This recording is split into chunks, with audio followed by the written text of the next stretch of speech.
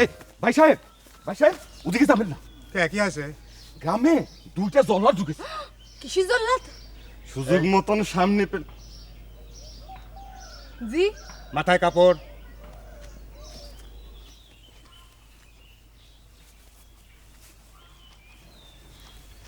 গফু চাচা, কোন জল্লাদ? সুযোগ মতন সামনে পেলে তাজা মানুষ ধরে, কেটে কেটে পাল্লায় তার গোস্ত ওজন করে। এসব তুমি কি আবল তাবল কথা কইছো?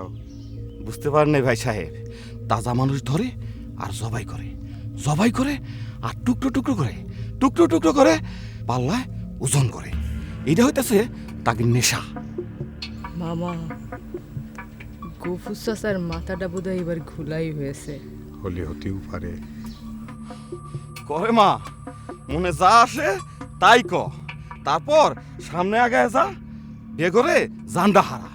তয় মরার আগে এই গফুর চাচার কথা মনে করে মরিস মা। আচ্ছা, এ পর্যন্ত তারা কজনে হত্যা করেছে? আমার তো মনে হয় 2-3 করে হবি ভাই সাহেব। তাজা মানুষ ধরে আর জবাই করে, ধরে আর জবাই করে। এই জবা বেলের ওইদিকে যাইতে দেখলাম, তাকে নিষেধ করলাম, শুনলো না। এতক্ষণে মনে হয় ওজন করে ফেলেছে। হ্যাঁ, আমার জবাবেলি মামুনি, আমার জবাবেলি, আমার জবাবেলি।